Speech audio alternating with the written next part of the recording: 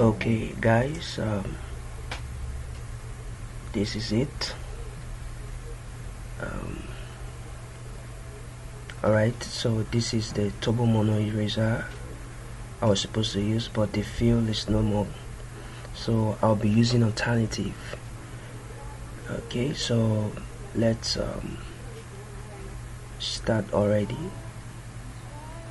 So here now I'll be adding some details at this spot. Okay,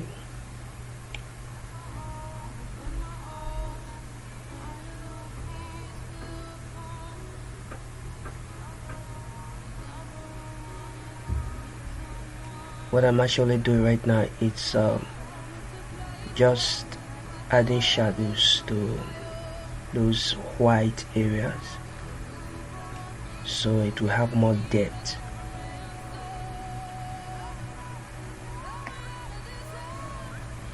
Okay, here is the eraser I'll be using instead of the turbo mono eraser, since I don't have the fill.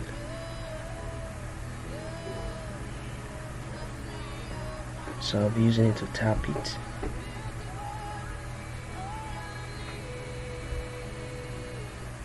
Creating